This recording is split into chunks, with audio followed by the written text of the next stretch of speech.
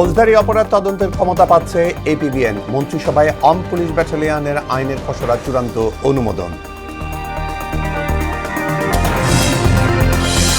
নুসরাত হত্যায় মৃত্যুদণ্ডপ্রাপ্ত ১৬ আসামির ১০ জনই খালাস, ২ জনের মৃত্যুদণ্ড বহাল ও ৪ জনের যাবজ্জীবন।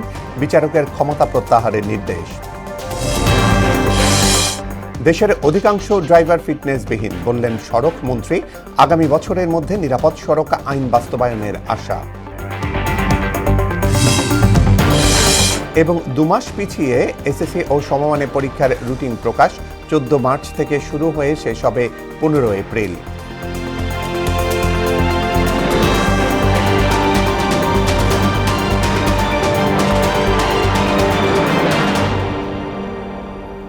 আসসালামু আলাইকুম, স্বাগত মোহনা সংবাদে। এতক্ষণ শুনছিলেন সংবাদ শিরোনাম।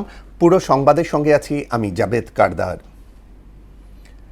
আর্মড পুলিশ ব্যাটালিয়ন এপিবিএনকে ফৌজদারি অপরাধ তদন্ত ও কার্যক্রম পরিচালনার ক্ষমতা দেওয়ার উদ্যোগ নেওয়া হয়েছে। এই লক্ষ্যে আর্মড পুলিশ ব্যাটালিয়ন আইন ২০২৬-এর খসড়ায় নীতিগত ও চূড়ান্ত অনুমোদন দিয়েছে মন্ত্রিসভা।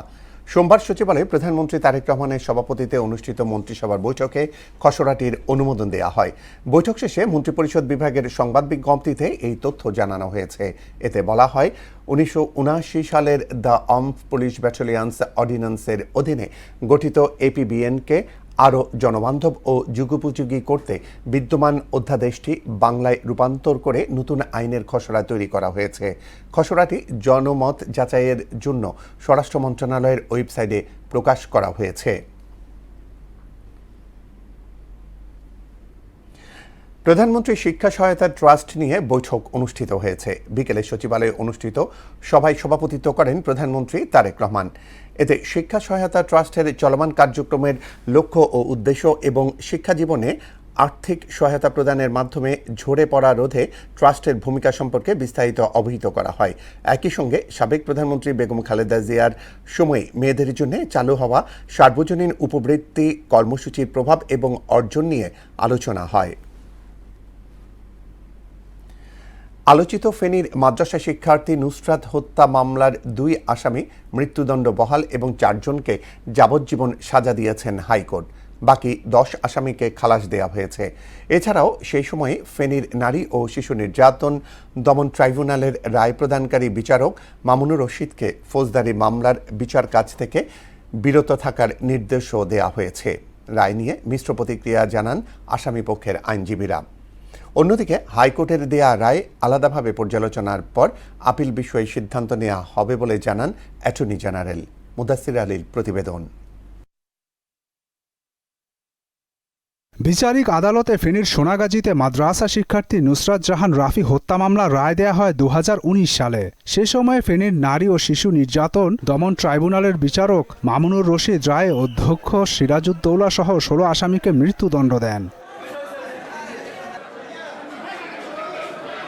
২০২৬ সালে এসে হাইকোর্টে মামলার রায় এলো পরিবর্তন। বিচারপতি বিষ্ণুদেব চক্রবর্তী ও বিচারপতি কে এম রাশেদুজ্জামান রাজার হাইকোর্ট বেঞ্চ রায়ে অধ্যক্ষ এস এম সিরাজউদ্দৌলা ও শাহাদাত হোসেন শামীমের মৃত্যুদণ্ড বহাল রাখেন। আর নুরুদ্দিন, সাইফুজ্জোবায়ের, পপি ও জাবেদ শাখাওয়াতকে দেন যাবজ্জীবন।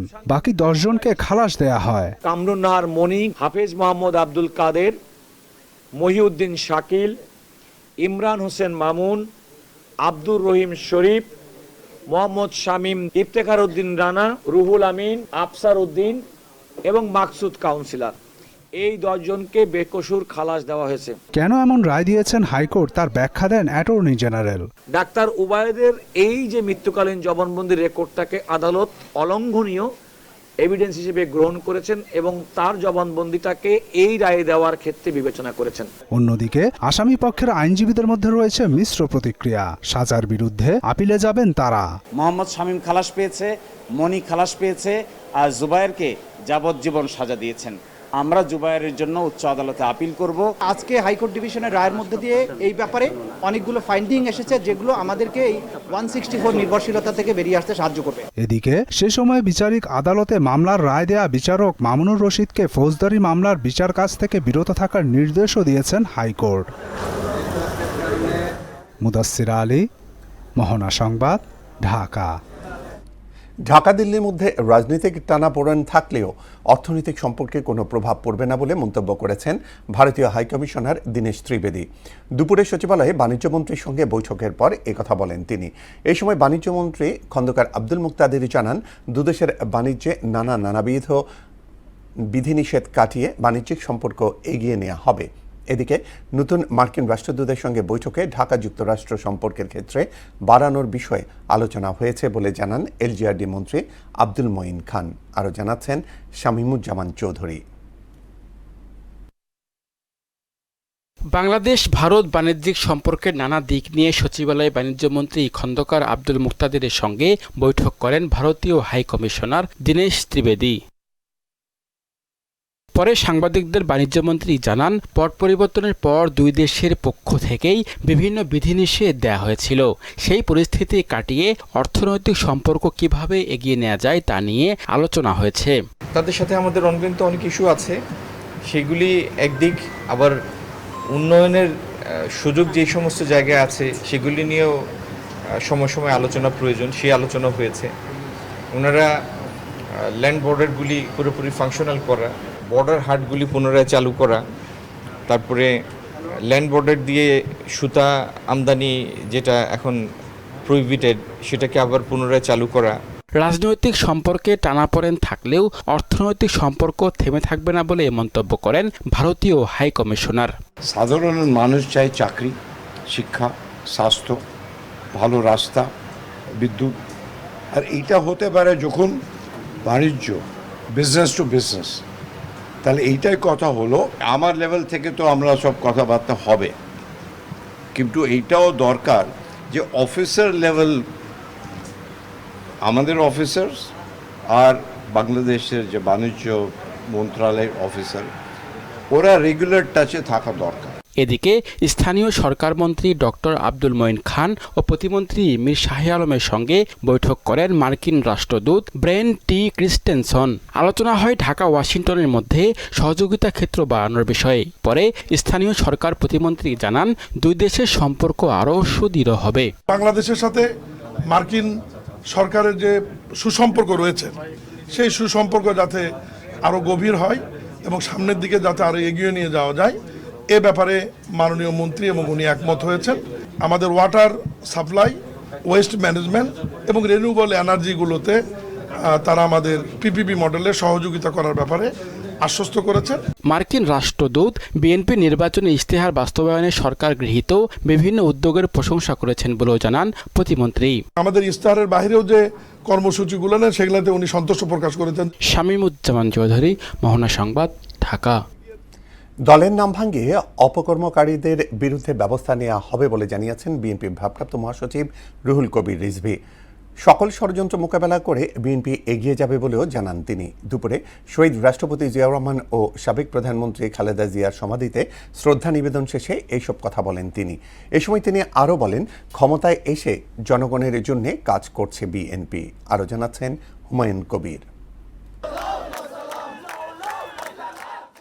শহীদ রাষ্ট্রপতি জিয়াউর রহমান ও সাবেক প্রধানমন্ত্রী খালেদা জিয়ার সমাধিতে বিএনপি নেতাকর্মীদের উপচে পড়া ভিড়। স্লোগানে মুখরিত হয়ে উঠে জিয়া উদ্যান এলাকা। দলের ভারপ্রাপ্ত মহাসচিব নির্বাচিত হওয়ায় শ্রদ্ধা জানাতে আসেন রুহুল কবির রিজভী। একজন ত্যাগী নেতাকে দলের ভারপ্রাপ্ত মহাসচিব করায় উজ্জীবিত তৃণমূলের কর্মীরা। রাকসুর যে ভিপি ছিলেন, বয়সে কম ছিল, তার যে আমরা ছবিগুলো দেখি মনে হলো সেই নেতা আজকে মহাসচিব হয়ে গেলেন। অন্যরকম একটা আবেগ ভালোবাসা কাজ করছে। রিজভী ভাই তো আপনারা জানেনই যে তার যে স্যাক্রিফাইস, তার যে বলিষ্ঠতা, তার একাগ্রতা এবং তার অসাধারণ নেতৃত্ব, যে কারণে তিনি তার এই অসাধারণ স্যাক্রিফাইস সব মিলিয়ে তিনি আজকে এই পর্যায়ে এসেছেন। ফ্যাসিস্ট বিরোধী আন্দোলনে বিএনপির যে ভূমিকা ছিল রাজপথে, রিজভী আহমেদের বিকল্প কেউ ছিল বলে আমি মনে করি। সরাসরি ছাত্রদল থেকে মহাসচিব হলেন, স্থায়ী কমিটির সদস্য হলেন রিজভী আহমেদ, আমানুল্লাহ আমান। এটা আমরা যারা সাবেক ছাত্র নেতা, এটা আমাদের জন্য অনেক আনন্দের। যাকে দলের দুঃসময় সুসময় সকল পর্যায়ে আমরা কর্মীদের পাশে দেখেছি, এমন একজন মানুষকে দলের মহাসচিবের দায়িত্ব দিয়েছেন, সত্যি আমরা খুশি। দলে তার মতো আরও ত্যাগী নেতা কর্মীদের মূল্যায়িত করা হবে বলে আশা জানান তারা। তৃণমূল সহ বিএনপি সবাই উৎসাহিত যে না, আমাদের সবারই আশাতে হয়তো যার যার যোগ্যতা অনুযায়ী সময় অনুযায়ী মূল্যায়িত হবে, এটাই মানুষ মনে করছে, দলের নেতাকর্মীরা মনে করছে। আমাদের নেতা মাননীয় প্রধানমন্ত্রী একে একে সারা বাংলাদেশের পরীক্ষিত নেতাদেরকে খুঁজে বের করে যার যার অবস্থানে মূল্যায়ন করবেন ইনশাল্লাহ। বিএনপি অনেক সচল হবে এবং দলীয়ভাবে যে স্থবিরতা, সেই স্থবিরতাটা কেটে যাবে। দলের নেতাকর্মীদের সঙ্গে নিয়ে সমাধিতে ফুল দিয়ে শ্রদ্ধা নিবেদন শেষে শহীদ রাষ্ট্রপতি জিয়াউর রহমান ও সাবেক প্রধানমন্ত্রী খালেদা জিয়ার আত্মার মাগফিরাত কামনা করে বিশেষ মোনাজাতে অংশ নেন ভারপ্রাপ্ত মহাসচিব রুহুল কবির রিজভী। পরে গণমাধ্যমের সঙ্গে কথা বলেন বিএনপির ভারপ্রাপ্ত মহাসচিব। এ সময় তিনি বলেন, দলের নাম ভাঙিয়ে চলা লোকদের বিরুদ্ধে ব্যবস্থা নেওয়া হচ্ছে। হাজারো ষড়যন্ত্র হলেও বিএনপি তা মোকাবেলা করে এগিয়ে যাবে বলে উল্লেখ করেন তিনি। 5ই আগস্টের পর থেকে দেখেছেন আমাদের চেয়ারম্যান কত শক্ত হাতে যারা দলের নাম ভাঙিয়ে নানা ধরনের অপকর্মে যুক্ত ছিলেন তাদের বিরুদ্ধে শক্ত পদক্ষেপ নিয়েছে। সুতরাং কেউ অনৈতিক কাজ করবেন না, গঠনমূলক কাজে থাকবেন। দলকে শক্তিশালী করতে হবে এবং দলের নেতাকর্মীরা যাতে তারা জনগণের প্রতিনিধি হিসাবে কাজ করতে পারে সেই চেষ্টাই তারা করবে। স্থানীয় সরকার নির্বাচনে এবার দলীয় প্রতীক না থাকায় যোগ্য ও ত্যাগীদের মনোনীত করা হবে বলে জানান রুহুল কবির রিজভী। দল থেকে স্থানীয় পর্যায়ে আমাদের দলের নেতৃবৃন্দ যারা আছেন, ইউনিয়নের নেতা, উপজেলার নেতা বা থানার নেতা বা জেলার নেতারা, তারা সব কিছু যাচাই বাছাই করে ইউপি নির্বাচনে যিনি যোগ্য প্রার্থী তাকে সমর্থন দেবেন। কারণ দলীয় প্রতীকে এখন তার নির্বাচন হবে না, তারা সমর্থন দেবেন দলের নেতাকর্মী এবং আমাদের যারা সমর্থক আছেন তাকেই তারা সমর্থন করবেন। দলকে সুসংগঠিত ও শক্তিশালী করে এগিয়ে নেওয়াই বিএনপির লক্ষ্য বলে জানান ভারপ্রাপ্ত মহাসচিব। জনগণের পক্ষে, জনগণের স্বার্থে এবং জনগণের জন্য কাজ করলে সেই দলের সরকার কোনোদিনই ব্যর্থ হবে না। হুমায়ুন কবির, মোহনা সংবাদ, ঢাকা।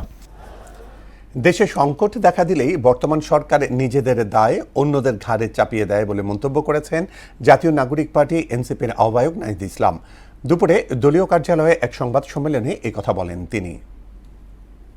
প্রায় 6 মাসে বিএনপি নিজস্ব দলীয় পন্থ, চাঁদাবাজি, হিংসা, দখলদারিত্ব, আধিপত্য বিস্তারকে কেন্দ্র করে অন্তত 273টি সংঘর্ষের ঘটনা ঘটেছে, যাতে একটি দুটো নেতাকর্মী মত প্রকাশের স্বাধীনতা, ব্যক্তিগত স্বাধীনতা, সেটা যে সংকুচিত অবস্থা আমরা ফ্যাসিস্ট আমলে দেখেছি, সেটাও কিন্তু আমাদের প্রভাব করতেছে।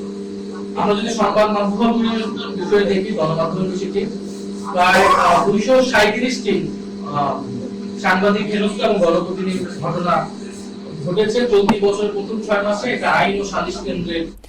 আগামী বছরের মধ্যে সরকার নিরাপদ সড়ক আইন বাস্তবায়ন করবে বলে জানিয়েছেন সড়ক ও সেতুমন্ত্রী শেখ রবিউল আলম। বলেন, দেশের অধিকাংশ চালক ফিটনেসবিহীন, তারা উপযুক্ত প্রশিক্ষণ ছাড়াই হেলপার থেকে ড্রাইভার হয়েছেন। সকালে রাজধানীর সড়ক ভবনে আয়োজিত এক অনুষ্ঠানে তিনি এইসব কথা বলেন। এই সময় সড়ক প্রতিমন্ত্রী হাবিবুর রশিদ বলেন, সড়কে নিরাপদ চলাচল নিশ্চিতে কাজ করছে সরকার। আরও জানাচ্ছেন বিজন কুমার। রাজধানী সহ দেশের মহাসড়কের 500 কিলোমিটারে সড়ক দুর্ঘটনায় হতাহতরা ফোন কলে পাবেন জরুরি সেবা। 24 ঘন্টা নিয়োজিত থাকবে 60টি বেসিক লাইফ সাপোর্ট অ্যাম্বুলেন্স, 40টি মোটরসাইকেল ও 80টি পেট্রোল মোটরসাইকেল। ঢাকার সড়ক ভবনে বাংলাদেশ রোড সেফটি প্রকল্পের উদ্যোগে এসব যানবাহন উদ্বোধন ও হস্তান্তর করেন সড়ক ও সেতুমন্ত্রী শেখ রবিউল আলম। অনুষ্ঠানে সড়ক প্রতিমন্ত্রী হাবিবুর রশিদ ও স্বাস্থ্য প্রতিমন্ত্রী ডক্টর এম মুহিত উপস্থিত ছিলেন। এ সময় স্বাস্থ্য প্রতিমন্ত্রী বলেন, প্রতি বছর অনেকেই সড়ক দুর্ঘটনায় মৃত্যু ও পঙ্গুত্ব বরণ করেন। এ সেবার মাধ্যমে তা দূর হবে। মাঝে মাঝে আমরা বিশেষ করে উৎসবের সময়, বিভিন্ন সময় যে প্রাণহানির ঘটনা ঘটে, যে পঙ্গুত্ব বরণ করে নিতে হয় অসময়ে মানুষকে, সেটাকে প্রিভেন্ট করার জন্য আজকে দেয়া হবে অ্যাম্বুলেন্স এবং মোটরসাইকেল। সেটাকে খুব সুন্দরভাবে এখানে 24 ঘন্টা একটা কল সেন্টারের সাথে সম্পৃক্ত করা হয়েছে।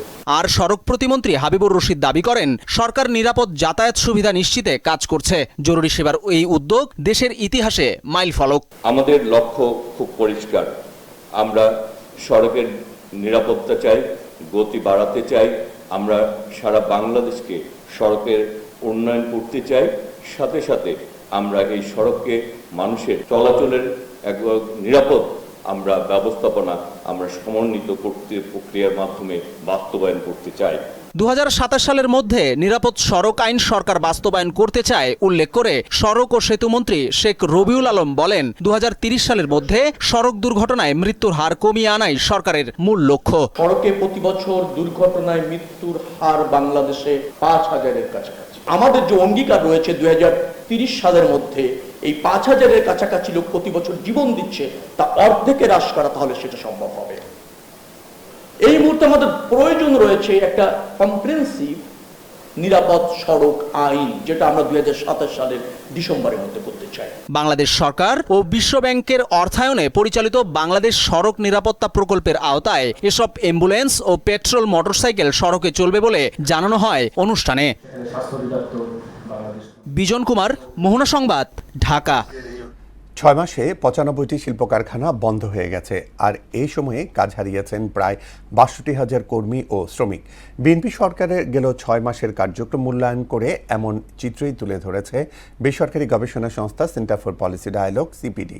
গুরুত্বপূর্ণ 31 সূচকের মধ্যে 12টিতে সামান্য অগ্রগতি হলেও পিছিয়েছে 19টি ক্ষেত্রে। সিপিডি বলছে সমন্বয় ও সক্ষমতার অভাবে টেকসই সংস্কার দৃশ্যমান হয়নি। এমআর আসাদের রিপোর্ট।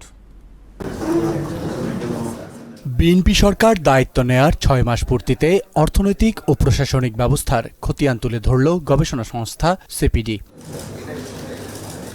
অর্থনীতিবিদ ডক্টর দেবপ্রিয় ভট্টাচার্যের মূল্যায়নে উঠে আসে 31টি মূল অর্থনৈতিক সূচকের চিত্র। এর 12টিতে হয়েছে কিছুটা উন্নতি, তবে অবনতি হয়েছে বাকি 19টিতে। সার্বিক পরিস্থিতিতে প্রলম্বিত হচ্ছে দেশের অর্থনৈতিক পুনরুদ্ধার। 31টি সূচককে মূল্যায়নের ভিতরে এনেছি। সাম্প্রতিক সময়কালে এডিপি বাস্তবায়নের বার্ষিক উন্নয়ন কর্মসূচির হার সর্বনিম্ন পর্যায়ের ভিতরে আছে। গেল 6 মাসে দেশে অন্তত 95টি শিল্প কারখানা বন্ধ হয়ে গেছে। কাজ হারিয়ে দিশাহারা 62,000 কর্মী ও শ্রমিক। জানুয়ারি থেকে অগস্ট পর্যন্ত 2026 সালে এবং এটা হলো 95টি কারখানা বন্ধ হয়েছে। 95টি কারখানা বন্ধ হয়েছে। বিশেষ করে আমাদের এইটা হলো গাজীপুর, সাভার, আশুলিয়া, নারায়ণগঞ্জ, নরসিংদী এলাকাতে, এবং প্রায় 62,000 মানুষ কাজ হারিয়েছে বলে আমাদের হিসাব।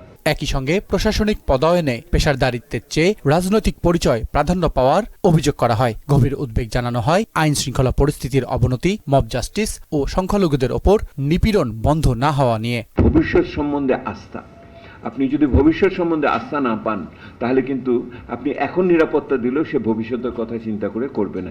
এই দুই ক্ষেত্রেই কিন্তু অসুবিধা রয়ে গেছে। তবে ইতিবাচক কিছু উদ্যোগের প্রশংসাও করেছে সিপিডি। মেট্রো রেলে প্রবীণ নাগরিকদের ভাড়া ছাড়, কৃষক ও ফ্যামিলি কার্ড বিতরণ ও চিকিৎসা সরঞ্জামাদিতে ট্যাক্স কমানোর সিদ্ধান্তকে শুভ উদ্যোগ হিসেবে দেখা হচ্ছে। 20,832টা ফার্মার্স কার্ড গেছে এবং 70,861টি আপনার ফ্যামিলি কার্ড গেছে এবং 300টি স্পোর্টস কার্ড গেছে। এগুলি ভালো উদ্যোগ হিসেবে আমরা চিহ্নিত করেছি। তবে অর্থনৈতিক স্থিতিশীলতা রক্ষায় প্রথাগত চিন্তার বাইরে এসে দৃশ্যমান ও কার্যকর সংস্কারের মাধ্যমেই এগোতে হবে নতুন সরকারকে, এমনটাই তাগিদ দিয়েছে সংস্থাটি। এটার বড় কারণ হলো ওনারা কোনো প্রাতিষ্ঠানিক সংস্কারে এখনো যান নাই। এমআর আসাদ, মোহনা সংবাদ, ঢাকা। 2027 সালের এসএসসি ও সমমানের পরীক্ষা আগামী বছরের 14 মার্চ থেকে শুরু হবে। পরীক্ষা চলবে 15 এপ্রিল পর্যন্ত। সোমবার দুপুরে আন্তঃশিক্ষা বোর্ড সমন্বয় কমিটির প্রধান ও ঢাকা শিক্ষা বোর্ডের চেয়ারম্যান অধ্যাপক আখতারুজ্জামান এই তথ্য নিশ্চিত করেছেন। এর আগে শিক্ষামন্ত্রী এহসানুল হক মিলন জানিয়েছিলেন 2027 সালের এসএসসি ও সমমানের পরীক্ষা 7 জানুয়ারি থেকে শুরু হবে। তবে নতুন বছরের পবিত্র রমজান ও ঈদ উল ফিতরের ছুটি বিবেচনায় নিয়ে পরীক্ষার সূচি পরিবর্তনের সিদ্ধান্ত নেয় আন্তঃশিক্ষা বোর্ড সমন্বয় কমিটি। প্রতিদিন সকাল 10টা থেকে পরীক্ষা শুরু হবে। 22 এপ্রিলের মধ্যে সব ব্যবহারিক পরীক্ষা শেষ করতে হবে। নারায়ণগঞ্জে সিএনজি চালক জামাল হত্যা মামলায় মনিরুল ইসলাম রঞ্জুকে মৃত্যুদণ্ড ও আকাশকে যাবজ্জীবন দিয়েছে আদালত। একই সঙ্গে মৃত্যুদণ্ডপ্রাপ্ত আসামিকে 20,000 টাকা এবং যাবজ্জীবনপ্রাপ্ত আসামিকে 10,000 টাকা অর্থদণ্ড দেওয়া হয়েছে। বিকেলে অতিরিক্ত জেলা ও দায়রা জজ প্রথম আদালতের বিচারক নাজমুন নাহার সুমি এই রায় ঘোষণা করেন। তবে রায়ের সময়ে আসামিরা অনুপস্থিত ছিল। এই মামলায় দুজনকে খালাস দেওয়া হয়।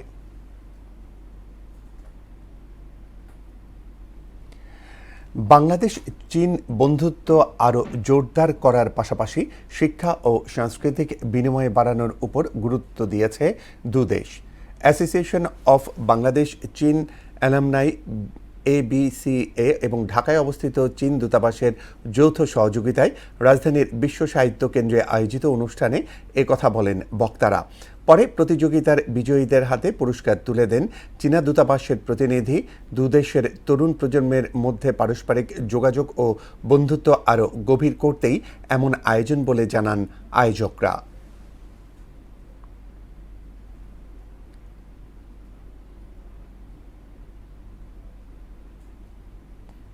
শেষ করব মোহনা সংবাদ। যাবার আগে শিরোনামগুলো জানিয়ে দিচ্ছি আরও একবার।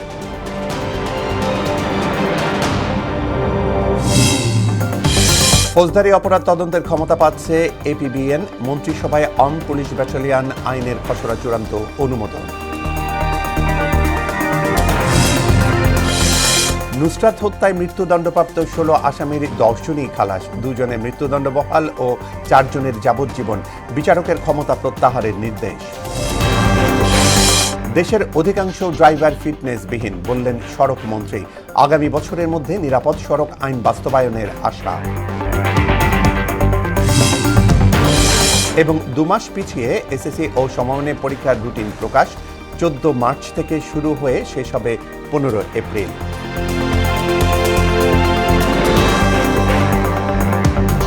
এই ছিল মোহনা সংবাদে। আমাদের পরবর্তী সংবাদ রাত 12টায়। মোহনার সবশেষ খবর জানতে ভিজিট করুন www.mohana.tv। সংবাদ দেখতে পারেন ফেসবুক, ইউটিউবেও। এতক্ষণ সঙ্গে থাকার জন্য ধন্যবাদ সবাইকে।